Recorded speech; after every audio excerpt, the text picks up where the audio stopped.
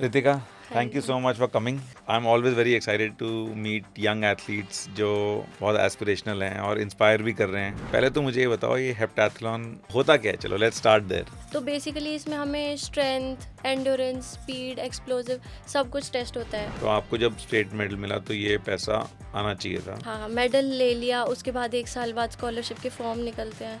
Form के फिर 1 साल बाद पैसे आते हैं, बट वो चीज़ें आ ही नहीं रही अब। और एक एथलीट के करियर में 2-3 साल में तो सब कुछ बदल सकता सब है। कुछ, बहुत कुछ बदल सकता है, इंजरी का खतरा रहता है, बहुत चीज़ें हैं। जैसे मेडल आया तो कितना ग्रांट उन्होंने कमिट किया था गवर्नमेंट की तरफ से? जो आपकी ट्रेनिंग है वो सेल्फ फंडेड है, आप खुद ही उसको पे करते हो, कैसे मैनेज है वो करते हो? अभी तो सेल्फ फंडेड है। एक्चुअली जैसे सोशल मीडिया हैपन तो थोड़ा सा सपोर्ट मिला मेरे को। जो हम कभी कभी वीडियोस में देखते हैं कि लोकल ट्रेन में प्लेयर्स जा रहे हैं, 5-5, 10-10 लोग एक रूम में रह रहे हैं, खाने में आपको बस थोड़ा सा कुछ दे दिया या ये सारी बातें सच हैं। ये बिल्कुल सच है। बट कभी ऐसे एक लड़की होने से कुछ नेगेटिविटी या लोगों ने कुछ बोला? मुझे लगता है इंडियन फैमिली में होता ही है ये लड़कियों के साथ। आप अगर कुछ चेंज कर पाते जब आप उस एज में थे, ऐसा क्या चेंज करते ताकि आपकी ट्रेनिंग अभी बेटर हो जाती? मुझे लगता है कि एक तो जो बेसिक नेसेसिटीज़ उन्हें प्रोवाइड करनी चाहिए ना, मैं वो चेंज करती। कि जो ग्रास रूट लेवल पे हमारे कोचिंग सेंटर्स हैं, मुझे लगता है अभी भी बहुत बैकवर्ड ट्रेनिंग है।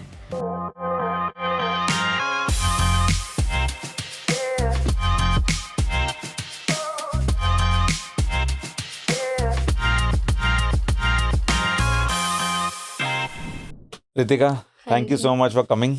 बहुत बहुत आपका मतलब I am always very excited to meet young athletes जो बहुत एस्पिरेशनल हैं और इंस्पायर भी कर रहे हैं। पहले तो मुझे ये बताओ ये हेप्टाथलॉन कहाँ से शुरू करा, मतलब होता क्या है? चलो let's start there. Okay, so heptathlon basically एक इट्स अ कंबाइंड इवेंट। इसमें 7 इवेंट्स हमें परफॉर्म करने पड़ते हैं 2 दिन के अराउंड। फर्स्ट डे पे हमारा 100 meter hurdles, high jump and then high jump के बाद शॉट पुट, फिर 200 मीटर, फिर नेक्स्ट डे हमारा होता है स्टार्टिंग लॉन्ग जंप, फिर जैवलिन थ्रो और फिर 800 मीटर।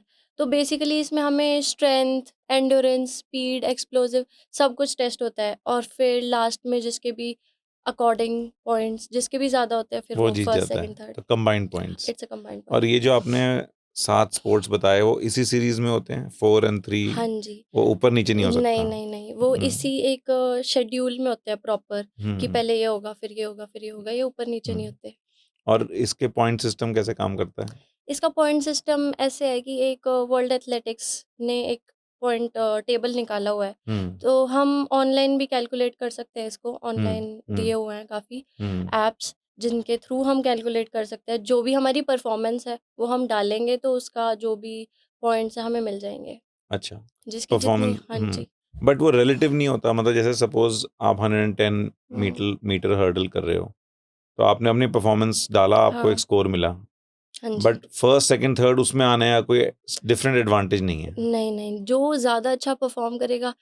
सपोज़ मेरी 100 मीटर हर्डल्स बहुत अच्छी हुई, पर हम्म। मैंने हाई जंप में कम स्कोर किया, हम्म। तो अगर हाई जंप में किसी और का बहुत अच्छा स्कोर है, तो वो मुझे बीट कर देगा। बिल्कुल तो बिल्कुल। वो इस हिसाब से चलता है। अगर हम एक इवेंट इसमें ये फ़ायदा भी और एक नुकसान भी कि अगर हम्म। हम एक इवेंट में बहुत अच्छा कर रहे हैं, दूसरा हम्म। नहीं अच्छा हुआ, फिर हम्म। हम अगले में हम और कमबैक कर सकते हैं, थोड़ा हम्म। हम स्ट्रॉन्ग माइंडसेट के साथ। बिल्कुल। हाँ जी। पर आप इसमें कैसे, आपने कैसे चूज किया ये? एक्चुअली ना मैं बचपन से मेरा थोड़ा है कि मैं चीज़ें जल्दी सीख जाती थी। हम्म। मैं शुरू में स्पीड वगैरह तो थी, जैसे घर वालों ने देखा कि अच्छा रनर करती है, अच्छे हो। अच्छी रनर है, तो मुझे एथलेटिक्स में डाल दिया। तब इवेंट्स वगैरह के बारे में इतना पता नहीं होता था। हम्म। तो जो कोच ने कराया वो कर लिया, पहले 800 फिर 400, पर कभी इंटरेस्ट नहीं था मजा अंदर नहीं से, आया। हाँ। मज़ा नहीं आया। उसके बाद मैं नेशनल गई थी, जूनियर नेशनल, तो वहाँ पे मैंने देखा पहली बार कि हेप्टाथलॉन की लड़कियाँ, है ना, इवेंट्स करते हुए मुझे उसके बारे में पता चला, मैंने जाना, मैंने कोच को बोला भी मुझे हेप्टाथलॉन करनी है, तब मैं जूनियर थी।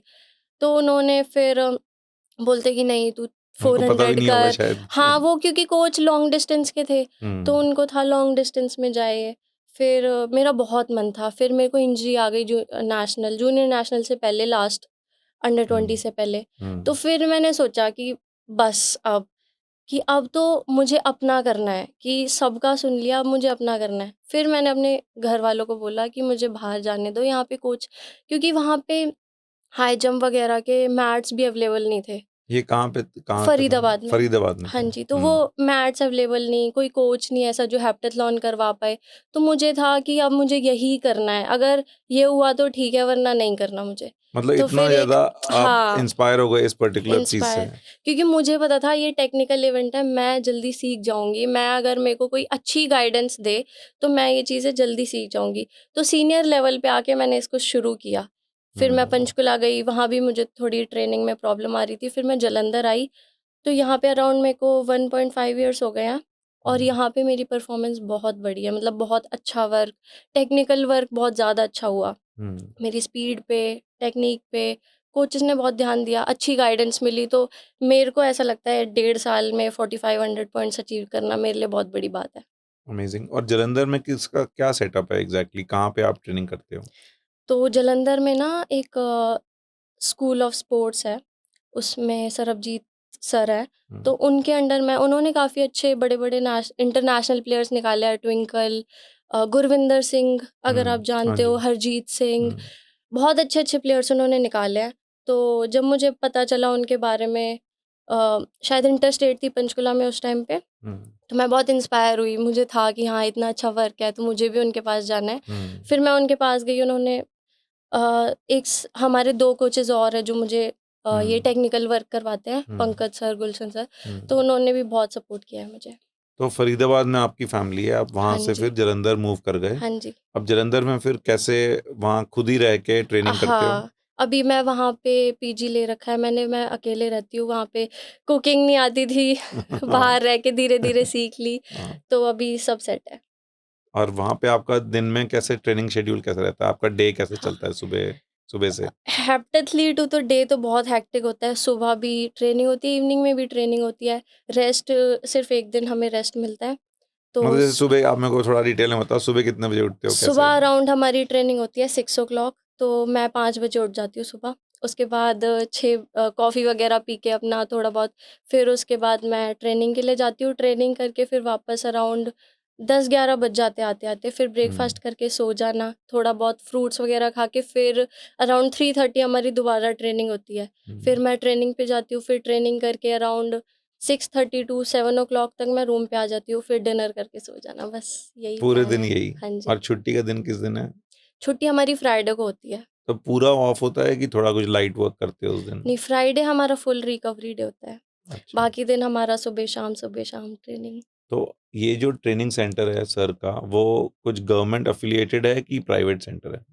वो गवर्नमेंट एफ़िलिएटेड ही है। वो एक्चुअली ना पीआईएस के कोच हैं, हुँ, पंजाब हुँ, इंस्टीट्यूट ऑफ हुँ, स्पोर्ट्स। हुँ, तो वो हर किसी को भी नहीं कराते, हुँ। बट अगर उन्हें कोई अच्छा लग रहा है, एक तो पीआईएस के जो बच्चे हैं उन्हें कराते हैं, और अगर उन्हें कोई अच्छा लग रहा है कि कोई जहाँ कर सकता पोटेंशियल है, दिखे, हाँ। पोटेंशियल है, तो वो उन्हें भी ट्रेनिंग कराते हैं। अच्छा। वैसे कोई प्राइवेट नहीं है। और आप जो अभी जो आपकी ट्रेनिंग है, वो सेल्फ फंडेड है, आप खुद ही उसको पे करते हो, कैसे मैनेज है वो करते हो? अभी तो सेल्फ फंडेड है। हुँ, एक्चुअली सोशल मीडिया ने बहुत साथ दिया है मेरा। हुँ, तो उससे पहले तो बहुत होता है ना कि स्पाइक्स ही हमारे 20-20 हज़ार के आते हैं, हाँ, तो वही। बहुत प्रॉब्लम रहती थी। बट हुँ, जैसे सोशल मीडिया हैपेंड, तो थोड़ा-सा सपोर्ट मिला मेरे सपोर्ट। को, तो उसी चीज़ से तो खुद ही फंडेड करती हूँ अपने आप को। मतलब इसमें आपको कभी कोई गवर्नमेंट की अभी सपोर्ट है, किसी फेडरेशन का सपोर्ट है, एथलेटिक्स फेडरेशन ऑफ इंडिया से कोई बात है, कुछ मतलब कहाँ से इन कैसे सब से मैनेज? तो अभी कुछ नहीं है, कुछ नहीं गवर्नमेंट है। वगैरह से जो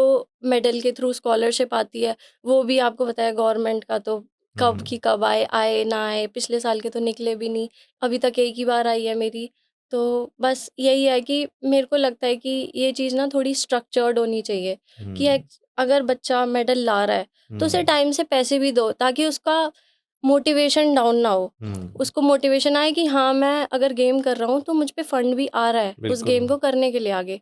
बट ये चीज़ें इतनी स्लो हैं, स्पेशली स्पोर्ट्स क्रिकेट के अलावा, तो थोड़ा बच्चों को भी होता है, थोड़ा मोटिवेशन डाउन मोटिवेशन होता है। डाउन होता है। जैसे मेडल आया तो कितना ग्रांट उन्होंने कमिट किया था गवर्नमेंट की तरफ से? अगर स्टेट लेवल पे आए तो अराउंड लड़कियों को 60,000 हरियाणा में मिलता है, हुँ, 55 टू 60,000 मतलब वन टाइम एक ग्रांट है। One time. अगर स्टेट में और मेडल कोई भी मेडल हाँ, आए? अगर गोल्ड है तो अराउंड 55 टू 60,000 मिलता है, सिल्वर पे थोड़ा कम मिलता है और ब्रोंज पे अराउंड 45 के आसपास ऐसे। तो आपको जब स्टेट मेडल मिला तो ये पैसा आना चाहिए था, हाँ जी। जो आने में बहुत डिले हो जाता है, या हाँ, अभी तो स्कॉलरशिप के फॉर्म ही नहीं निकले 2 साल से। ये मेडल के स्कॉलरशिप होते हैं कि हाँ। आप पहले अप्लाई करोगे तब मिलेगा? हाँ, मेडल ले लिया, उसके बाद 1 साल बाद स्कॉलरशिप के फॉर्म निकलते हैं, फॉर्म के फिर 1 साल बाद पैसे आते हैं, बट वो चीज़ें आ ही नहीं रही अब। और एक एथलीट के करियर में 2-3 साल में तो सब कुछ बदल सकता सब है। कुछ, बहुत कुछ हुँ, बदल सकता है, हुँ, इंजरी का खतरा रहता है, बहुत चीज़ें हैं। हुँ, फैमिली क्या पता कब क्या प्रेशर दे दे, बिल्कुल। तो किसी हुँ, का कुछ भरोसा नहीं हुँ। होता।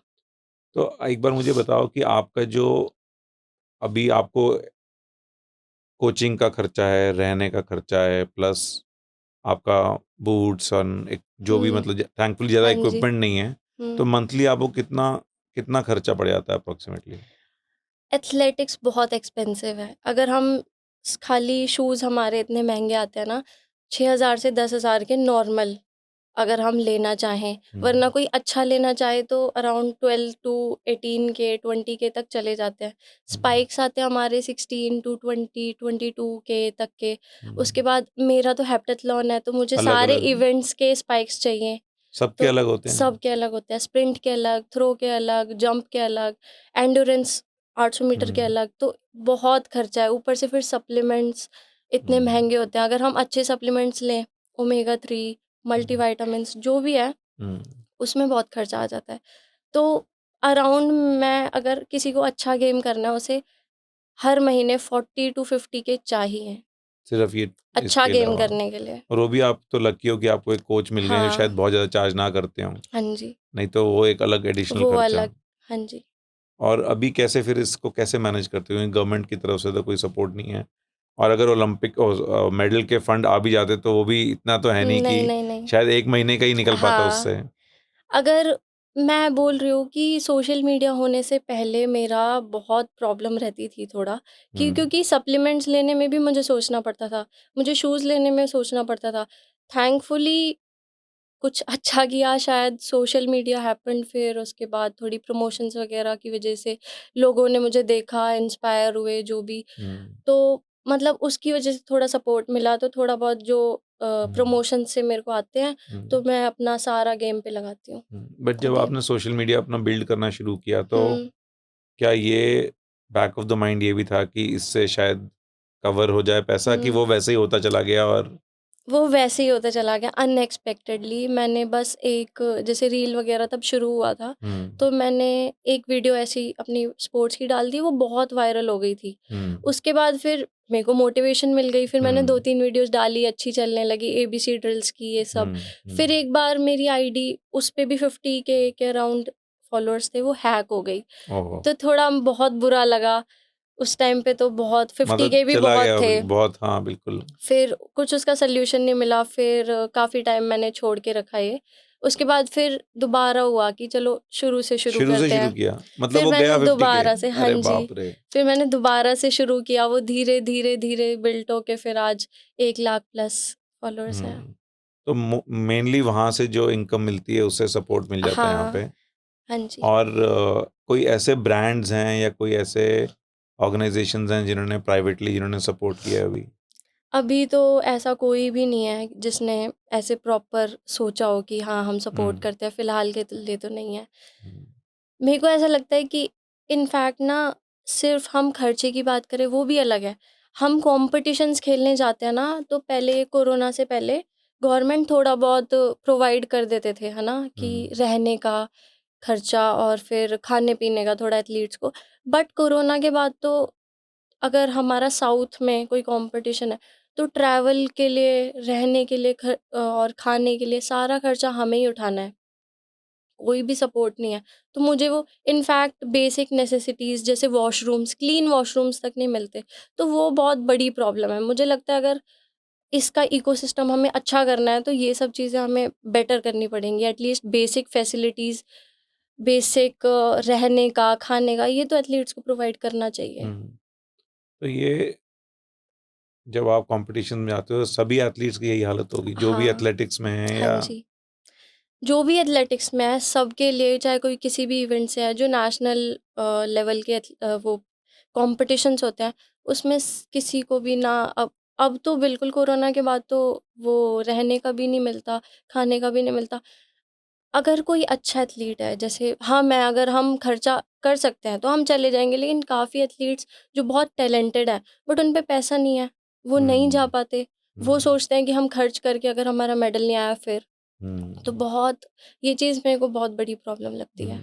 बट आप खर्चा करके चले भी जाओ तो जो वहाँ उन्होंने रहने का अरेंजमेंट किया वहीं रहना पड़ेगा ना, नहीं, ऐसा मतलब नहीं है। अगर अच्छा हम प्राइवेट रह सकते हो। प्राइवेट रह सकते हैं, अगर हम खर्च कर सकते हैं, हमें नहीं रहना उधर, तो हम होटल ले सकते हैं, हम अपना अलग डाइट कर सकते हैं। लेकिन जिनके पास नहीं है, जो उनके मेरे, पास तो ऑप्शन ही नहीं है। हाँ, उनके पास तो कोई ऑप्शन नहीं, वो जाके खर्च कर नहीं सकते इतना कि हम साउथ में जाके कंपटीशन के लिए 4-5 दिन वहाँ लगाएं, बहुत खर्चा आता है, वो चीज़ नहीं कर पाते काफ़ी लोग।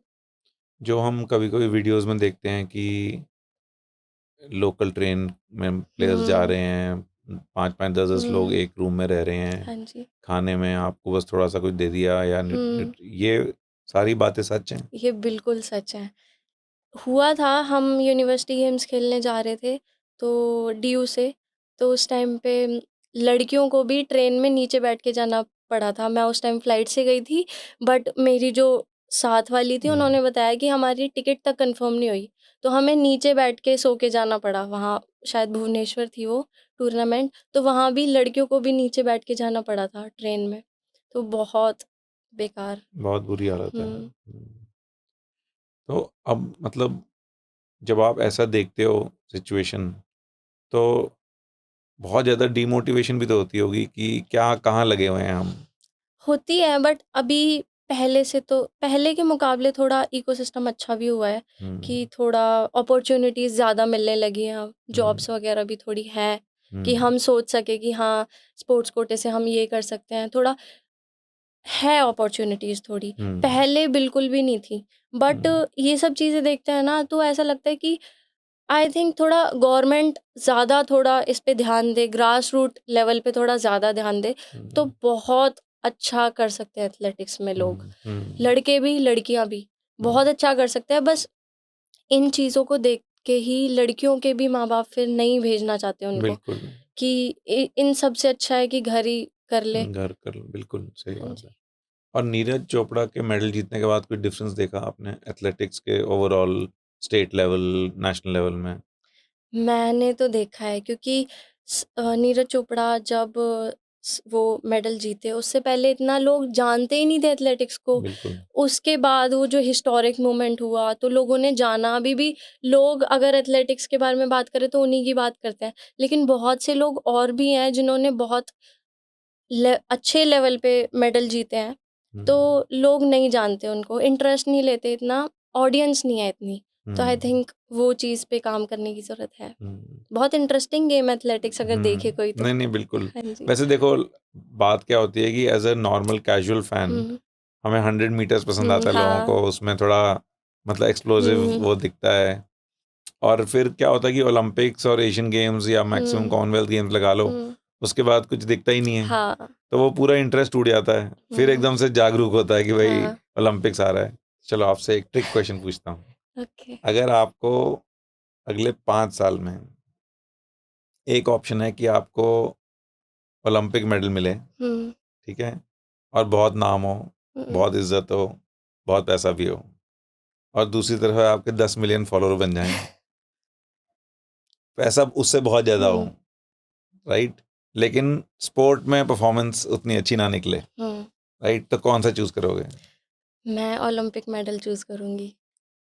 उस चीज़ की रिस्पेक्ट, वो अलग लेवल है। यही मैं आपसे पूछा था। देखो, हाँ, मदर पेरेंट्स के लिए तो हाँ, आपने करना ही है, तो हाँ जी। बहुत आपने बात सही बोली। हुँ, बट अपना पर्सनल एम्बिशन जब आप उठते हो सुबह, हाँ, वो क्या है? वो मतलब चीज़, मेडल हाँ, है, इंडिया के लिए प्राइड है, इंडिया का नेशनल एंथम है, हुँ। पैसा तो साथ में ये तो आएगा ही। है देखो, ही। हाँ मेडल जीते जी, हुए तो हाँ इंडिया जी, में हाँ तो जी। यही है। ये तो है ही। मेरा मतलब मेरा मोटिवेशन ये है कि जैसे हेप्टेथलॉन करते हुए मुझे अभी इतना टाइम हुआ है, अराउंड 1.5 ईयर्स, जब तक मैं जलंधर आई हूँ। उसके बाद भी अगर मैं इतना कर रही हूँ तो मैं बहुत कॉन्फिडेंट हूँ कि मैं बहुत अच्छा कर सकती हूँ। मेरे को सही गाइडेंस मिले, मैं बहुत अच्छा कर सकती हूँ। और मैं चाहती हूँ कि वो एक मोमेंट होता है ना, जब इंडिया का एंथम बजता है, नेशनल एंथम, वो बहुत, वो रिस्पेक्ट, वो चीज़ बहुत अलग है, वो फीलिंग बहुत अलग है। मैं जब ज्योति आराध्य जी को मैंने देखा, वो उसकी आंखों में आंसू थे, तो वो चीज़ देख के हमें फील होता है। मुझे पता है कि जब मैं वहाँ होंगी तो मेरे साथ भी यही होगा। तो वो एक चीज़ है, वो मुझे बहुत ड्राइव करती है कि हाँ, मुझे भी वो मोमेंट लिव करना है, मुझे भी वो मोमेंट जीना है। और अभी जब कई ऐसे प्लेयर्स होंगे वर्ल्ड वाइड, अगर आप देखो, जिन्होंने आपसे बहुत पहले शुरू कर लिया होगा एज वाइज, हाँ जी। क्योंकि जहाँ जिन कंट्रीज में थोड़ा स्ट्रक्चर्ड है सिस्टम, आपको तो राइट कोचिंग मिलते मिलते ही इतना टाइम लग गया, राइट? आप ये फील करते हो कि आप या और हमारे इंडियन एथलीट्स उस लेवल पे compete कर सकते हैं, इवन दो हम 5-6 साल शायद पीछे चल रहे हों ट्रेनिंग स्टार्ट करने में? मतलब आपको क्या लगता है कि आपने मिस आउट कर दिया, या आपको लगता है वो आप कवर अप कर लोगे? बेशक मिस आउट कर दिया मैंने, क्योंकि मेरे काफ़ी जूनियर ईयर्स जो जिन बहुत कुछ सीख सकती थी, वो मेरे मिस हो गए हैं। बट मुझे लगता है मैं जो चीज़ें जल्दी सीख सकती हूँ, मैं बहुत जल्दी कवर अप कर लूँगी। मेरे को पता है कि मैं वो चीज़ें कर सकती हूँ। वो जो टेक्निकल चीज़ें हैं, वो मैं जल्दी सीख सकती हूँ। तो मुझे लगता है मैं अच्छा कम्पीट कर सकती हूँ। और अगर हम देखें कि और बाकियों के लिए, वहाँ फैसिलिटीज़ बहुत ज़्यादा हैं। इंडिया के मुकाबले बहुत ज़्यादा फैसिलिटीज़ है फ़ॉरेन में। बट वही बात है, ग्रास रूट लेवल पे अगर हम काम करें, फैसिलिटीज़ प्रोवाइड करें एथलीट्स को, तो बहुत, इंडिया में बहुत ज़्यादा टैलेंट है। वो चीज़ हम ले जा सकते हैं बाहर तक। हम उनको बहुत अच्छे से कॉम्पिटिशन दे सकते हैं। बट वही बात है कि वहाँ पे फैसिलिटीज़ अच्छी है, उन्हें पता है किस बंदे को कौन से इवेंट में डालना है, किस लड़की को कौन से इवेंट करवाना है। यहाँ पे अभी हम इवेंट डिसाइड करते-करते ही इतने साल लगा देते हैं, हमें पता ही नहीं है। अगर बच्चे का इंटरेस्ट किसी और चीज़ में है, पर कोच को लग रहा है किसी नहीं, और कुछ चीज़ से और कोई करवाना है, वो चीज़ नहीं काम करती। जो 7 डिसिप्लिन्स हैं, आपका हुँ। फेवरेट कौन सा है उसमें? मेरा फ़ेवरेट जैवलिन है। जैवलिन है? हाँ जी। मुझे, क्योंकि मैंने जब हेप्टेथलॉन शुरू किया था ना, तो फ़रीदाबाद में और कुछ मैं कर नहीं पाती थी, मैं जैवलिन करती थी। तो वो चीज़ ना, जैवलिन करते-करते मेरे को बहुत ज़्यादा इंटरेस्ट आ गया, और वो मेरा थोड़ा प्लस पॉइंट भी बन गया, थोड़ा स्ट्रॉन्ग इवेंट। तो फिर जब मैं जैवलिन करती हूँ, तो थोड़ा मेरे को लगता है कि ये मेरा स्ट्रॉन्ग इवेंट है, इसमें मैं और अच्छा कर सकती हूँ। ताकि कवर, मतलब ज़्यादा कवर कर पॉइंट्स कर सकती लो। हूँ मैं पॉइंट्स, हाँ जी। और बाकी मेरे को 200 भी बहुत पसंद बहुत है। पसंद है, हाँ। क्योंकि स्पीड गेम है, मैं जब 200 का वर्क करती हूँ ना, स्पीड वर्क 100 वालों के साथ, तो मेरे को बड़ा ऐसे अच्छा लगता है कि हाँ, एक्सप्लोसिव जिम भी लगाना उनके साथ अच्छा लगता है, तो स्ट्रेंथ वगैरह करना बहुत अच्छा लगता है। और जो ये कोई ऐसा डिसिप्लिन है जहाँ बिल्कुल मज़ा नहीं आता बट करना पड़ रहा है, अब क्या करो? मेरा ये मुझे ना, लगता है हर्डल्स में ऐसा होता हाँ, होगा। हर्डल्स और हाई जंप। तो ये ऐसे थे कि फ़रीदाबाद में ना, ये दोनों के ही मेरे पे कोच वगैरह या फिर ट्रेनिंग के लिए कुछ था नहीं, और ये दोनों ही टेक्निकल इवेंट है। तो मैंने बिल्कुल ज़ीरो से स्टार्ट किया। तो अभी ये दोनों चीज़ें ऐसी हैं कि अभी मैं सीख रही हूँ। इनमें अगर मेरा थोड़ा अच्छा बन जाए, थोड़ा बैक अच्छी हो जाए, तो फिर मैं बहुत अच्छा कर सकती हूँ, मुझे लगता है। और वो मैं चीज़ें कवर कर रही हूँ धीरे-धीरे। वो बेटर हो रहा है टाइम टू टाइम। तो हाँ जी। तो अब नेक्स्ट टारगेट क्या है आपका? मतलब अब नेक्स्ट 1 या 2 साल में कुछ अपने दिमाग में सोचा हुआ है कि क्या अचीव करना है? हाँ, एक्चुअली इस साल मेरे को लगता है वर्ल्ड यूनिवर्सिटी गेम्स हैं, तो उससे पहले मुझे इतनी अच्छी तैयारी करनी है कि मैं उस कॉम्पिटिशन के लिए सोच पाऊँ कि हाँ, मुझे इस कॉम्पिटिशन में पार्टिसिपेट करना है, अच्छा करना है। बट उसके लिए मेरे को इस साल बहुत मेहनत करनी पड़ेगी, और उसके लिए मैं बहुत तैयार हूँ। एक वर्ल्ड यूनिवर्सिटी गेम्स, और इस बार जो ओपन नेशनल है, मैं उसमें भी बहुत कम्पीट करना चाहती हूँ, तो उससे पहले अच्छी तैयारी करनी है। तो कैसे इसमें वर्ल्ड यूनिवर्सिटी गेम में एडमिशन मतलब एंट्री कैसे, पार्टिसिपेट पार्ट कोई मतलब सिलेक्शन प्रोसेस है, कैसे होता है? इसका सिलेक्शन प्रोसेस, लाइक हमें ना ऑल इंडिया यूनिवर्सिटी गेम्स होते हैं हर अच्छा, साल, ओके। तो वो उसमें पार्टिसिपेट करना होता है। तो उसके बाद फिर जो टॉप 8 होते हैं, उनका भी एक ट्रायल होता है। तो उसमें से जो भी टॉप 2 होते हैं, तो वो वर्ल्ड वहाँ यूनिवर्सिटी के जाते लिए हैं। गेम्स के लिए सेलेक्ट होते हैं, अगर वो पॉइंट ब्रीच करते हैं, स्टैंडर्ड को क्वालिफाई करते हैं तो। कितना पॉइंट्स स्टैंडर्ड है उसका? अभी हर साल नया नया निकलता है वो निकलता है। अराउंड आप अराउंड 5000 के 5000 अराउंड। के, सो आप अभी 4500 के हाँ आसपास जी। हो हम्म। और 5000 के का वो करना है। हाँ जी। वर्ल्ड में तो जैसे 6000 एक एलीट हाँ। कैटेगरी मानी जाती है, हम्म। तो जहां आप अभी स्टैंड करते हो और जो 6000 का बैरियर है, आप कैसे देखते हो? आपको मतलब हार्ड वर्क तो बहुत करना पड़ेगा, हम्म। बट किस टाइप का आपको सपोर्ट और चाहिए? आपको लगता है जो आप करंट ट्रेनिंग है हम्म। आपकी, वो आप करते रहोगे, हार्ड वर्क करते रहोगे तो वहां पहुंच सकते हो, या कुछ और ऐसा सपोर्ट चाहिए जो शायद गवर्नमेंट दे या कोई और हाँ, दे? कैसा फील करते हो उसके बारे में? मुझे लगता है कि वर्कआउट में मेरे कोई प्रॉब्लम नहीं है, क्योंकि हम अच्छा वर्क है वहाँ पे जहाँ पे मैं करती हूँ। मेरे को लगता है थोड़ा फाइनेंशियली सपोर्ट गवर्नमेंट के थ्रू, फैसिलिटीज़ जो डाइट वगैरह की फैसिलिटीज़ बाकियों को मिलती है, वो थोड़ा बेटर हो। जैसे रिलायंस है, जेएसडब्ल्यू है, इनमें बहुत ज़्यादा रिकवरी की फैसिलिटीज़ है ना? रिकवरी है, फिजियोथेरेपिस्ट है, न्यूट्रिशनिस्ट है, ये सब चीज़ों की फैसिलिटीज़ ज़्यादा हैं।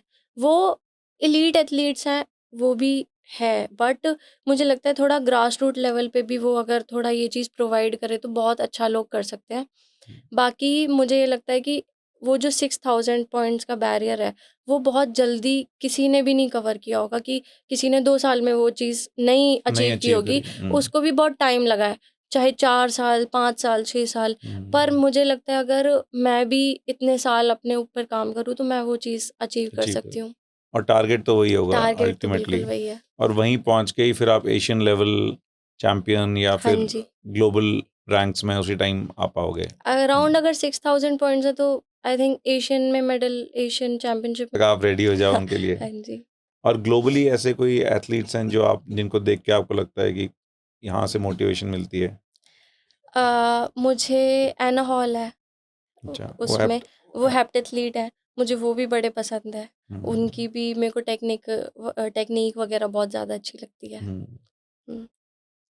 चलो अब मुझे ये थोड़ा सा स्विच करते हैं। जब आप शुरू शुरू में सोच रहे थे कि ये स्पोर्ट आपने पिक करना है और सपोर्ट नहीं मिल रहा था हुँ। एटलीस्ट कोचिंग साइड से, तो पेरेंट्स का क्या व्यू था? पेरेंट्स से क्या सपोर्ट मिला वहाँ? उनका ओवरऑल, क्योंकि बहुत सारे इंडियन हुँ। पेरेंट्स थोड़ा हेजिटेट भी करते हैं, हाँ, बिल्कुल। स्पेशली अगर लड़की लड़की है। हो। तो आपका, आपके पेरेंट्स का कैसा रहा बचपन में?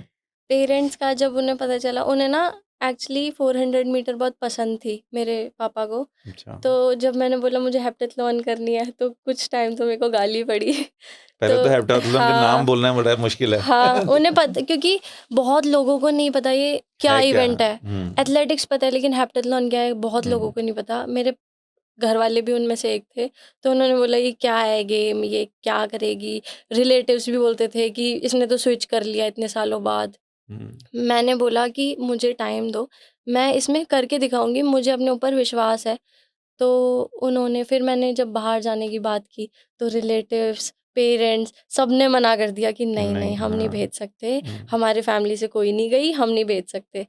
मेरी नानी, वो डेथ हो गई उनकी अभी, सॉरी। बट उन्होंने बहुत, मतलब मुझे लगा नहीं कि वो करेंगी सपोर्ट, उनकी हाँ। थिंकिंग, मतलब सबकी इतनी फैमिली में ऑर्थोडॉक्स थिंकिंग थी, उनकी कैसे? मैंने नानी को ये बात बताई, ऐसे-ऐसे है, ये सीन है। तो उन्होंने बोला, "तुझे जहाँ जाना है तू वहाँ जा, जहाँ प्रैक्टिस करनी है वहाँ जा, मैं तेरे पीछे खड़ी हूँ, मैं देखती हूँ कौन बोलता है।" वाह! ये बात मैंने अपने पापा को बताई। उन्होंने बोला, "ठीक है, नानी ने बोल दिया तो तू जा, देखते उनको हैं कौन रोक फिर, सकता है? कोई नहीं हाँ। तेरे को 1 साल दिया, तब तो ये था बस 1 साल दिया तो जा।" फिर मैं जब गई, रिलेटिव्स ने भी बोला कि नहीं जाना चाहिए ये वो।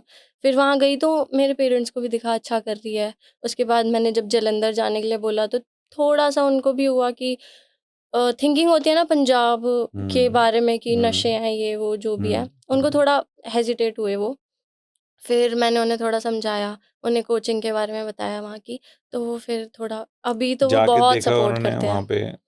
नहीं, अभी वो कोच साहब जा से नहीं मिले? पाए, अच्छा। वो जाके नहीं, मैं बहुत बुलाती हूँ उनको, वो नहीं आ नहीं आते? पाते। वो आपको सीधा चैंपियनशिप में ही देखेंगे हाँ, किसी। हाँ, हाँ। वो आ नहीं पाते, बट वो मेरी मम्मा गई थी, पंचकुला गई थी, बट जालंधर नहीं आ पाईं, होपफुली जल्दी आएँ। बट उन्होंने अभी तो बहुत सपोर्ट करते हैं, मतलब उनको ये है कि वो मेरे से कहते हैं सोशल मीडिया तेरे साइड चीज़ है, तू बेशक मत कर, तू कुछ मत कर, बट तू स्पोर्ट्स के लिए गई हुई है, तू स्पोर्ट्स अपने मन लगा के कर। तो वो जो मोटिवेशन है वही मेरे को डेली मोटिवेट करता है। बट मुझे लगता है सोशल मीडिया का एज लॉन्ग एज आप बिल्कुल कैरिड अवे ना हो जाओ, हाँ, उसका अपना भी रोल है, मतलब अवेयरनेस का भी रोल है। मतलब कितने एथलीट्स हैं जो हाँ, जिनके पास वो अपॉर्चुनिटी भी नहीं है, कहाँ से अपॉर्च्युनिटी फिर नहीं है। खर्चा पानी निकालें, वो वही, बहुत मुश्किल है। सोशल मीडिया भी एक काइंड ऑफ सपोर्ट किया है मुझे तो। मैं इतना कैरिड आउट तो नहीं हूँ, क्योंकि मैं कभी भी अपने वर्कआउट के टाइम मैं वीडियोज़ वगैरह शूट नहीं करती। वो तो किसी ने कर ली, थोड़ा मैंने डाल दिया, अपनी जर्नी बता दी, थोड़ा ये सब। लोगों को पसंद आता है, लोग पसंद करते हैं वो चीज़, तो बस इतना है। बट मैं वर्कआउट के टाइम पे या वर्कआउट के ड्यूरेशन में मैं वो चीज़ कभी नहीं सोचती, उसको लेके कभी भी नहीं। आपकी जर्नी का एक वीडियो देखा था हमने जहाँ आपको एक स्ट्रेस फ्रैक्चर हुआ था, हाँ जी। और पूरी आपने स्टोरी समझा बताई कि एवरीवन वाज सेइंग कि आप बिल्कुल राइट ऑफ कर दिया था, कुछ हाँ कह रहे थे। जी। थोड़ा बताओ उसका कब हुआ, क्या कैसे हुआ वो? वो एक्चुअली मैं अंडर 20 का मेरा लास्ट ईयर था, तो मैं जूनियर नेशनल की तैयारी कर रही थी उस टाइम पे। तो हडल्स जैसे हम जंप करते हैं, तो हडल्स जंप करते हुए ना मैं गिर गई हडल्स पे से, तो वो मेरा पैर मुड़ा हुआ रह गया, तो उस पे जैसे वो सूज गया। पर हमारा ये था कि जूनियर नेशनल पास था, तो कोच ने बोला कि कोई नहीं है ना, वो तू वो टेपिंग वगैरह करके अपना वर्कआउट करती रह। मैं कहा ठीक है। मैंने टेपिंग वगैरह की, वो दर्द होता था बट इतना सोचा नहीं उस बारे में। वो इतना होते-होते इतना ज़्यादा हो गया, एक टाइम पे मेरा नॉर्थ ज़ोन नेशनल था, वहाँ मैं रिले वगैरह मैं अराउंड 4 रेस भागी वहाँ पे। वहाँ से आते ही मैं हॉस्पिटलाइज़ हो गई। उसमें बहुत 1 हफ़्ता मैं हॉस्पिटल में थी, मेरी वॉमिट नहीं बंद हो रही थी। मैं जब दोबारा ट्रैक पे गई, मेरे से चला ही नहीं गया दोबारा। मतलब पेन वो इतना इंटेंस। ज़्यादा इंटेंस पेन था कि मुझसे चला ही नहीं जा रहा था। मैं रनिंग तो सोच ही नहीं सकती कैसे करूँ? तो वो चीज़ मेरी लास्ट ईयर मेरा जूनियर नेशनल का जिसके लिए इतनी तैयारी की, वो भी छूट गया। तो बहुत वो बेकार मोमेंट था मेरे लिए। फिर डॉक्टर ने भी बोला कि अभी नहीं कर सकते आप, है ना? कुछ टाइम तो बिल्कुल भी नहीं। तो वो मोमेंट बहुत ज़्यादा ही स्ट्रेसफुल था मेरे लिए। उस टाइम फिर जो कोचेज़ थे उन्होंने भी ध्यान देना बंद कर दिया, क्योंकि मैं वर्क नहीं कर पा रही थी। वो चीज़ बड़ी दुखी भरी थी। तो उसके बाद फिर मैं दोबारा जब मेरा थोड़ा हील हुआ पेन, मैं दिल्ली जाती थी। वहाँ सफदरजंग हॉस्पिटल है, अच्छा, स्पोर्ट्स रिकवरी के इंजरी लिए, हाँ सेंटर, जी, हाँ तो जी। वहाँ पे मेरी थोड़ी चली रिहैब। उसके बाद थोड़ा बेटर हुआ, फिर मैं पंचकुला चली गई, फिर जालंधर आ गई, अभी तो बेटर है। थोड़ा परेशान करती है बीच-बीच में, अभी भी वो अभी भी करती है। प्रॉपर है नहीं, थोड़ा बीच-बीच में परेशान करती है, बट ठीक है अभी। बट आपने उसके बाद अपने पर्सनल बेस्ट भी करा, और हाँ। तो वो एक तरीके से मेंटली तो आप उसको ओवरकम हुँ। कर चुके हो। हाँ, मेंटली तो मेरा ये है कि अब मुझे फ़र्क नहीं पड़ता, अगर इंजरी भी आ रही है तो मुझे तो करना है, कुछ भी हो, ठीक है, डॉक्टर ने बोल दिया, मेरे को तो करना है अब, मैं छोड़ नहीं सकती। अगर मेरी परफ़ॉर्मेंस आ रही है उस चीज़ से, तो मैं अपना गेम नहीं छोड़ सकती। आप कभी कुछ मेडिटेट या कोई ऐसा मेंटल टेक्निक्स या मैनिफेस्ट करते हो, या कुछ सोचते हो कभी विक्ट्री के बारे में, या उस बारे में आप बिल्कुल नहीं उस साइड में? मेडिटेट तो नहीं, मेरे पापा बहुत बोलते हैं, बट मैं मैनिफेस्ट बहुत ज़्यादा करती हूँ कि कोई चीज़ है, अगर मेरा कोई कंपटीशन भी है, उसके बारे में मैं इतना सोचती हूँ कि मुझे क्या करना है, कैसे करना है, वो चीज़ मेरे दिमाग में ऑलरेडी चलती रहती है। और मेरा ये मानना है, मैं कोई चीज़ अगर दिल से मैनिफेस्ट करूँ, वो चीज़ होती है। मेरा पर्सनली ऐसे है कि अगर आप मैनिफेस्ट करते हो, उस चीज़ को दिल से चाहते हो ना, वो हो जाती है। मैं हडल से बहुत डरती थी, बहुत ज़्यादा। मेरे जो बीच में पैर आते हैं, 3 पैर आते हैं हमारे, तो वो नहीं आते थे, बहुत टाइम हो गया था। फिर जब सर ने हमारी ट्रेनिंग शुरू की, मेरे 2 महीने में शायद 4 या 5 सेशन लगे, उसमें ही मेरा जो 2 साल से चीज़ नहीं हुई, वो मेरे सिर्फ़ 2 महीने में हो गई। बट आप उसको वो विजुलाइज करते थे कि कैसे विज़ुअलाइज़ करना। करके वो मैं रात-रात को वीडियो देखती रहती थी। फिर कि क्या करना है, टेक्नीक कैसे करनी है, वो चीज़ विज़ुअलाइज़ करती थी, वो चीज़ सोचती रहती थी बस कि कैसे करना है मुझे, अगले सेशन में मुझे ये बेटर करना है।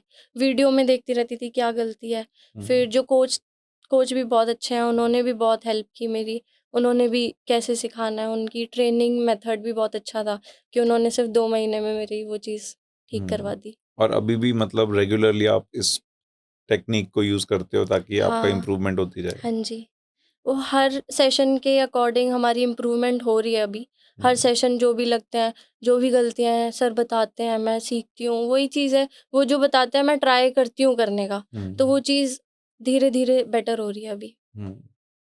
क्योंकि ये मतलब बहुत सारे ग्रेट एथलीट्स हैं जो इस बारे हुँ। में बात करते हैं। मतलब आपने एक एड में सचिन सर की बात की हाँ। थी, मतलब आई रिमेंबर वो भी एक इनिंग्स खेली उन्होंने, वो हुँ। बार-बार ना ऑफ साइड पे आउट हो रहे थे। हाँ। तो उन्होंने एक इनिंग्स खेली, उन्होंने अपने विजुअलाइज़ किया कि मैं यहाँ की बॉल को हुँ, टच ही नहीं करूँगा पूरे हुँ। जाने से पहले।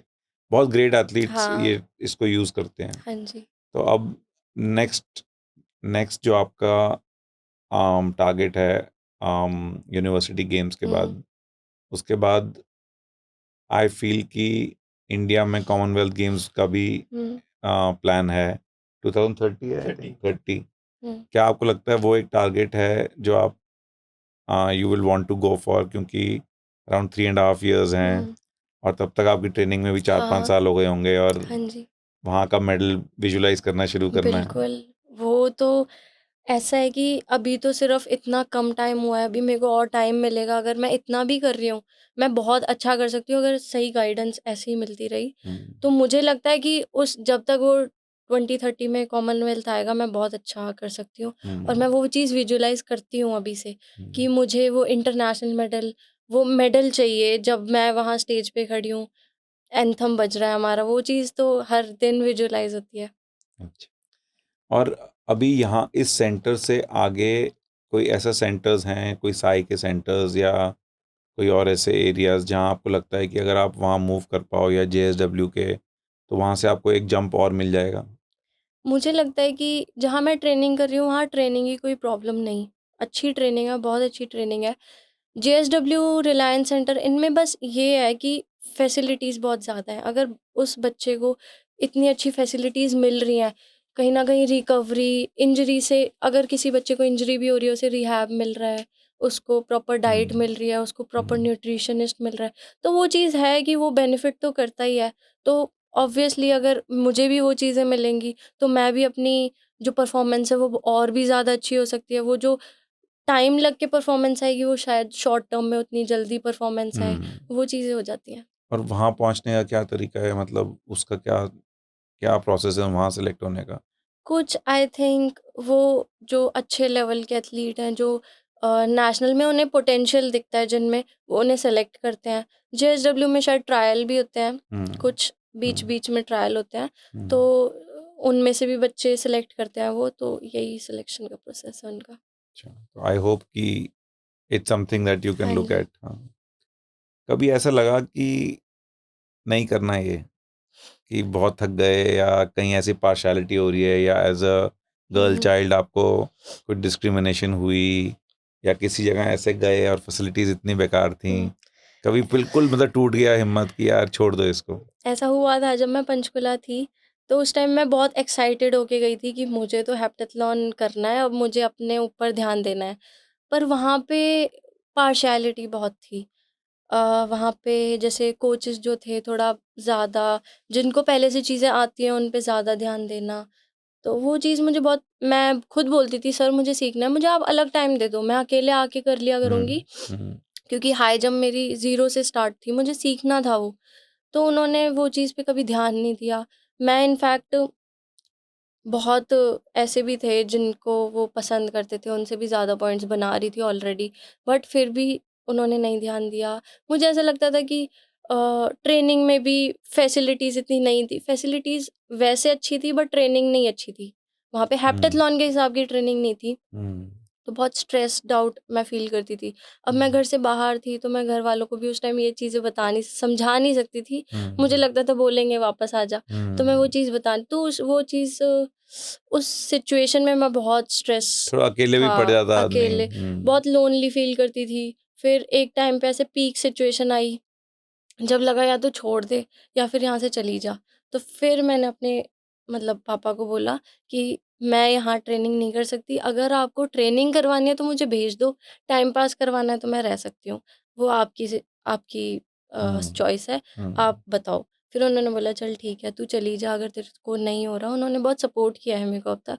तो फिर मैं जालंधर आई, यहाँ पे थोड़ा अच्छा हुआ सब, जो भी हुआ। फिर अभी तो अच्छी ट्रेनिंग चल रही है। बट कभी ऐसे एक लड़की होने से कुछ नेगेटिविटी किसी की या फैमिली मतलब रिलेटिव्स में या लोगों ने कुछ बोला कि कैसे कर लोगे, लड़की हो कैसे अचीव कर लोगे, कैसे अकेले रहोगे, ऐसा कुछ पार्शल मतलब नॉट पार्शलिटी डिस्क्रिमिनेशन कह लो या मुझे लगता है इंडियन फैमिली में होता ही है ये लड़कियों के साथ। मैं भी जब थी, मेरे पेरेंट्स सपोर्ट करते हैं, लेकिन उनको भी कहीं न कहीं माइंड में आता है, कोई रिलेटिव बोल देता है कि उसको तो वापस बुला लो अब, इतना टाइम। क्योंकि उन्हें नहीं पता कि अगर कोई चीज़ हमने शुरू की है, उसको टाइम लगता है। कोई चाहे नीरज चोपड़ा भी है, उनको भी बहुत टाइम लगा टाइम वो लगा? चीज़ अचीव करने में, एकदम नहीं होती कुछ भी। हम्म वो बहुत साल लगते हैं, स्पेशली स्पोर्ट्स में तो बहुत टाइम लगता है, धीरे-धीरे परफॉर्मेंस आती है। वो चीज़ उनको नहीं पता, तो रिलेटिव्स जैसे बोलते हैं मम्मी को, पापा को, इतना टाइम हो गया बुला लो ये वो। वो अभी तो मेरे को सपोर्ट करते हैं, बट कहीं न कहीं उनके भी माइंड में होता है, वो मुझे बताते तो मुझे भी बुरा लगता है। तो मुझे ये लगता है कि थोड़ा ऑर्थोडॉक्स तो हर फैमिली में कोई ना कोई होता है, बिल्कुल। तो वो चीज़ रिलेटिव्स तो करते ही हैं। बट बाहर ऐसे नहीं हुआ कि हुँ। मतलब किसी कोचिंग उसमें कि कुछ नेगेटिविटी आई हो या मतलब जो जिन सेंटर्स में भी आप गए हो हुँ। बॉयज़ की ट्रेनिंग वुमेन्स की गर्ल्स की ट्रेनिंग सिमिलर रहा है एक तरीके से? नहीं, एक्चुअली अभी जहाँ पे हूँ ना मैं, वहाँ पे तो सिमिलर है। वहाँ पे तो सर अगर लड़कियों पे ध्यान दे रहे हैं, तो लड़कों पे भी देते हैं, सेम है। बट जब मैं पंचकुला में थी, तो वहाँ पे ये था कि जैसे लड़के कमेंट पास कर देते थे, ये जो भी है ना लड़कियों के लिए, तो वहाँ मेरे को ये चीज़ें नहीं पसंद थी। तो जैसे मैं कोच को बोलती भी थी कि सर उन्होंने ऐसा बोला, मुझे नहीं अच्छा लगता है ना, वो डेली ऐसे कमेंट वगैरह करते हैं। तो उनका कुछ ऐसे रिएक्शन नहीं कि लड़की के लिए सेफ्टी का कोई मामला है या सपोर्ट कुछ या भी, कुछ सपोर्ट नहीं। अच्छा ठीक है, चलो मैं बोल के देखूँगा, कुछ नहीं बोलना फिर। एटलीस्ट उनको ये होना चाहिए कि लड़के और लड़कियों पे कमेंट कर रहे हैं, ए वो फैमिली अपनी छोड़ के आई हैं, तो उन्हें सेफ सेफ सेफ्टी फ़ील तो होना चाहिए। और एक बेसिक बट वो नहीं। रिस्पेक्ट तो होनी हाँ, चाहिए। एक रिस्पेक्ट होनी चाहिए, वो कभी वहाँ मेरे को लगी नहीं। वहाँ का सिचुएशन बहुत अलग थी, बट वहाँ। ये चीज़ तो आप सोचो कितने athletes all over India hmm. Day in day out young players कितना फेस करते होंगे मतलब। मुझे लगता है हरियाणा में तो बहुत ज़्यादा, क्योंकि वहाँ की थिंकिंग थोड़ी है अभी भी, अभी मॉडर्न हो रही है, बट कहीं न कहीं बहुत फैमिलीज़ में ये चीज़ है। लड़कियाँ जाती हैं ट्रैक पे तो ये चीज़ें सिचुएशन फ़ेस करती ही हैं, और ज़्यादातर लड़कियाँ अपने घर भी नहीं बता पाती, ये सोच के कि हमें घर बुला लेंगे, हमें बाहर नहीं जाने देंगे। काफ़ी ऐसी सिचुएशन होती हैं कि लड़कियाँ बता ही नहीं पाती अपने घर पे कि मेरे साथ ये हुआ या मेरे साथ कोई कमेंट कर रहा है, क्योंकि उन्हें ये लगता है क्योंकि हाँ, हमें घर बिठा लेंगे, लड़कों को तो कोई कुछ बोलेगा नहीं, ये चीज़ें पहला होती आंसर हैं। यही होता है कि भाई वापस आ जा। हाँ, और पेरेंट्स भी तो सेफ्टी की ज़्यादा सोचते हैं कि सेफ्टी वही। आप स्पोर्ट्स में जा रहे हो कल को कुछ हो ना हो। ऐसा माहौल मेरे को लगता है कोचेज़ को ही बनाना चाहिए, जिसमें लड़की भी सेफ फ़ील करे, उन्हें थोड़ा डर हो कि हाँ, लड़कों को भी डर हो कि हाँ, हम नहीं कुछ बोल सकते, ऐसा। एक म्यूचुअल रिस्पेक्ट होनी चाहिए, ग्रुप में भी, वैसे भी, लाइफ़ में भी। कोई भी है, चाहे एक म्यूचुअल रिस्पेक्ट जहाँ नहीं है, वहाँ पे काम नहीं करेगा कुछ भी। अगर आप स्पोर्ट्स में नहीं होते तो क्या कर रहे होते अभी? स्पोर्ट्स में नहीं होती तो शायद पढ़ाई कर रही होती, या फिर थे आप आई पढ़ाई थिंक में अच्छे थे शुरू से? पढ़ाई में तो मैं अच्छी थी। मेरा जब मैंने स्पोर्ट्स 10th में बोर्ड्स थे, तो मेरे पापा ने मेरे भाइयों का भी फुटबॉल करते थे, उनका छुड़वा दिया था कि पढ़ो पहले। अच्छा, फिर मेरा बोला, मैं कहा मैं नहीं छोड़ सकती, मैं आपको पढ़ लूँगी पर मैं छोड़ नहीं सकती। तो तो बैलेंस किया दोनों। हाँ। उन्होंने बोला कि अगर मेरे को एक दिन भी शिकायत आ गई, थोड़े से भी मार्क्स कम आए, उसी दिन गेम छोड़ो। तो वो डर था मेरे अंदर कि अगर मेरे मार्क्स कम आ गए तो मेरा स्पोर्ट्स छूट जाएगा। तो उस चक्कर में मैंने बहुत अच्छी पढ़ाई की है अभी तक। अच्छा, तो मतलब वो हाँ, एरिया था। यूजुअली स्पोर्ट्स वाले सोचते नहीं ना पढ़ाई मैं के। पहले डांस क्लास भी जाती थी, मेरा डांस में बहुत इंटरेस्ट था पहले। अच्छा, तो पर स्पोर्ट्स की वज़ह से मैंने छोड़ दिया, शायद अगर स्पोर्ट्स नहीं करती तो तो डांस तो वो भी एक ज़रूर करती मैं। अच्छा, वो एक एवेन्यू था। हाँ। चलो मैं अब लास्ट आपसे एक सेक्शन के बारे में बात करने आता हूँ कि जो यंग प्लेयर्स हैं, आप सोचो कि बिटवीन 6 टू 12 अब हुँ। यंग जो स्पेशली गर्ल एथलीट्स हैं, आप अगर कुछ चेंज कर पाते जब आप उस एज में थे, तो फर्स्ट तो मुझे ये बताओ कि ऐसा क्या चेंज करते ताकि आपकी ट्रेनिंग अभी बेटर हो जाती, हुँ। और सेकंड आपका क्या मैसेज रहेगा यंग एथलीट्स के लिए? मुझे लगता है कि एक तो जो बेसिक नेसेसिटीज़ उन्हें प्रोवाइड करनी चाहिए ना, मैं वो चेंज करती कि जो ग्रास रूट लेवल पे हमारे कोचिंग सेंटर्स हैं, मुझे लगता है अभी भी बहुत बैकवर्ड ट्रेनिंग है। उतनी ट्रेनिंग अच्छी नहीं है, मतलब बच्चों को तो ये समझते हैं कि ठीक है ना? सीनियर एथलीट्स पे ज़्यादा ध्यान देते हैं, लेकिन उनका भी पोटेंशियल हमें देखना चाहिए। वो क्या इवेंट कर सकते हैं, कितना उनमें पोटेंशियल है। अगर उन्हें शुरू से अच्छी ट्रेनिंग मिलेगी तो ऑब्वियस सी बात है, अगर इतनी यंग एज में उन्हें अच्छी ट्रेनिंग मिल रही है, हम एडवांस ट्रेनिंग नहीं दे सकते उन्हें क्योंकि अभी वो छोटे हैं, लेकिन धीरे-धीरे उनका इवेंट हम देख सकते हैं कि किस में उनका पोटेंशियल है, इंटरेस्ट किस में है। तो अगर मेरे को लगता है उनका शुरू से इवेंट उनका अच्छा डिसाइड हो जाए जिसमें उनका भी इंटरेस्ट हो, तो वो सीनियर कैटेगरी तक आते-आते बहुत अच्छा कर सकते हैं। और मैसेज तो मेरा यही रहेगा कि सिचुएशंस सबके लाइफ में आती हैं जब हमें लगता है कि शायद हमें छोड़ देना चाहिए, या फिर घर वालों से सपोर्ट नहीं मिल रहा है या कहीं से सपोर्ट नहीं मिल रहा। पर मेरे को लगता है खुद पे अगर विश्वास है तो लास्ट में जाके सारी चीज़ें एक प्लेस पे आ जाती हैं। Everything falls in place. मतलब मेरे को ये लगता है धीरे-धीरे चीज़ें सॉर्ट होने लगती हैं। अगर आप खुद पे विश्वास कर रहे हो कि मैं कर सकती हूँ, तो कोई ऐसी चीज़ नहीं है जो आपको रोक सके। आपकी लाइफ में वो पॉइंट कब आया कि जब आपको कोई डाउट नहीं रहा कि अब ये करना ही है? ये पॉइंट मेरी लाइफ में आया अभी जब मैं ऑल इंडिया खेल के आई थी। क्योंकि उससे पहले मेरे 2 इवेंट ऐसे थे जिनमें मैं वीक थी। मुझे पता है ये मेरे वीक इवेंट्स हैं, इनमें मैं अच्छा करूँगी तभी मैं हो पॉइंट स्कोर सकता है, कर नहीं तो पाऊँगी। बहुत पीछे हो जाओगे। ऑल इंडिया जब मैं खेल के आई तो मुझे रियलाइज़ हुआ कि मैंने अभी इतना टाइम मुझे हुआ नहीं जितने मैंने पॉइंट्स अचीव किए हैं। काफ़ी लोग हैं जो 4-5 साल करके भी इतने पॉइंट्स अचीव नहीं कर पा रहे। तो मुझे था अगर इतने कर लिए तो मैं बहुत अच्छा कर सकती हूँ। मैं अगर इसी तरीके से ट्रेनिंग 1-2 साल और मैं कंसिस्टेंटली इसी माइंडसेट के साथ ट्रेनिंग करूँ तो मैं अच्छा कर सकती हूँ। तो वो पॉइंट था ऑल इंडिया के बाद जब मैंने सोचा कि हाँ, अब तो मुझे बहुत अच्छा करना है। अब मैं अच्छे लेवल के लिए सोच सकती हूँ बहुत।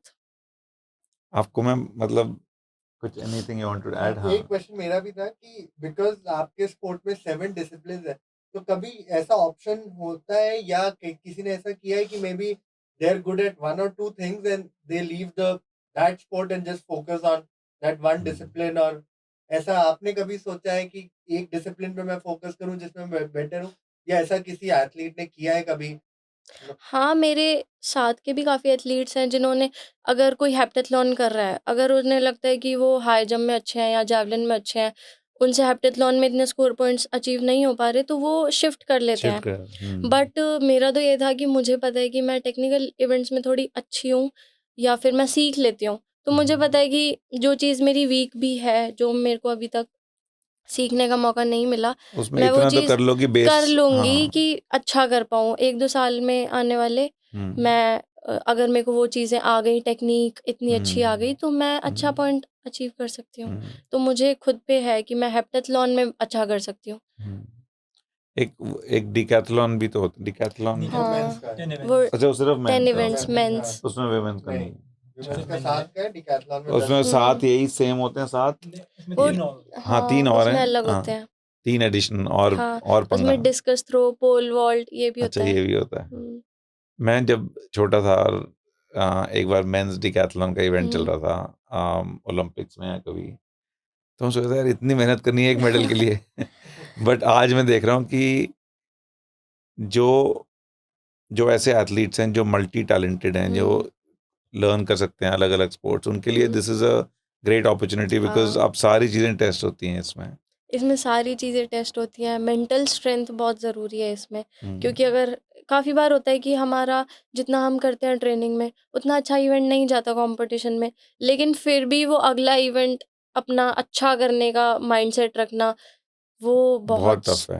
टफ है। वो हमें मेंटली अगर कोई अच्छा स्ट्रॉन्ग है, तो वो अचीव कर इट्स सकता लाइक है। टेस्ट मैच ना, कि एक दिन अगर हाँ, first day hmm. Doesn't go, you can not, मतलब वो लेट यू हाँ इफेक्ट जी। You mentally. आपको हाँ मूव करना ही है आगे। हाँ। और आपने एक बार शुरू में बताया था कि पहला इवेंट हर्डल्स होता है, हर्डल्स, और वो तो आपका वैसे वीक। वीक है। तो माइंडसेट वाइज पहला इवेंट अगर ज़्यादा अच्छा ना हो तो आप वैसे ही थोड़े डाउन हो जाते हो, तो आपको हाँ। आपको पिक करना पड़ता होगा कि कैसे आगे बढ़ें इसको मूव फॉरवर्ड करके। शुरू से क्योंकि मैंने हर्डल्स और हाई जंप बहुत लेट आके सीखा है, तो ये दोनों ही वीक थे और यही फर्स्ट डे के दोनों सबसे पहले इवेंट है।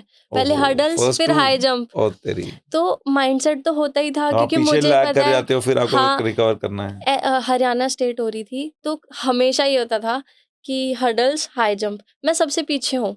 मुझे मेंटली मुझे ये पता था कि जो आने वाले मेरे इवेंट्स हैं, उनमें मैं अच्छा करूँगी। मुझे ये बात पता थी कि इन्हें ये नहीं पता कि अभी हाँ, मेरे मैं इवेंट्स वो आ सोच रहे रहे हैं, हैं कि ये तो जैवलिन पीछे भी हो गई। है, हाँ, लॉन्ग जंप भी है। तो जब वो नेक्स्ट डे के इवेंट्स आते थे, वो मेरे स्ट्रॉन्ग थे, तो हमेशा मेरे उसी को लेके मेडल आते थे फिर। कभी सोचा कि जैवलिन में ही सिर्फ जैवलिन पे फोकस करो कि उतना मतलब ज़्यादा एक पे मेरे को हाँ, 1-2 कोचेज़ ने बोला था जब मैं जैवलिन करने लग गई थी कि तू जैवलिन पे ही फ़ोकस कर। पर एक होता है ना, जब इतने सालों से मैंने जूनियर निकाल दिया अपना, मेरे को पता है मैंने हेप्टाथलॉन करनी है। अब तो मुझे कोई भी बोल दे, मैं ये नहीं छोड़ यही सकती। करना है। अब तो वही करना है। नहीं, एक्चुअली सबसे अच्छी बात मुझे ये लगी रितिका कि आपका जो एक मेंटल स्ट्रेंथ है कि एक बार ठान ली तो करना है। मतलब आपके जहाँ आप रहते हो वहाँ अच्छी कोचिंग भी नहीं है, आप बाहर जाके कर रहे हो, फाइनेंशियल सपोर्ट भी नहीं है, और ऐसा भी नहीं है कि विमेंस के लिए इंडिया में हाँ। एथलेटिक्स में कोई अच्छी सिस्टम्स हैं या प्रोटेक्शन है। कभी-कभी आपको ये भी फेस करना पड़ता है कि लोग कमेंट्स मार रहे हैं सब, मतलब बट डिस्पाइट इट आप मतलब you are completely at it और आपकी हाँ जी। विल बिल्कुल स्ट्रांग है। आई रियली होप कि हम अगली बार जब यहाँ बैठे हों तो आप सबसे पहले यूनिवर्सिटी गेम्स में जाके आओ, उसके बाद 2030 में एक और पॉडकास्ट हम जरूर करें जब बिल्कुल। आपके मेडल हो हाँ कॉमनवेल्थ जी। गेम्स का। एंड आई रियली होप कि आपका बहुत सक्सेसफुल करियर हो, और थैंक मुझे यू। ये भी मालूम है कि irrespective of what you do आप बहुत लोगों को इंस्पायर करोगे और करते रहोगे। So thank you so much, thank you sir. Really appreciate you coming, thank and you. all the best. Thank you sir. So guys, if you like this podcast, please consider subscribing to my page. Of course, like करो यार, कुछ comments लिखो, बताओ कि किस और guest को बुलाएं. We are covering all of sports industry, business of sport, administrators, players. बताओ कि किसको बुलाएं. अब ये मत बोलना विराट कोहली को बुलाओ, अभी इतना बड़ा नहीं हुआ podcast, but करो बड़ा फिर.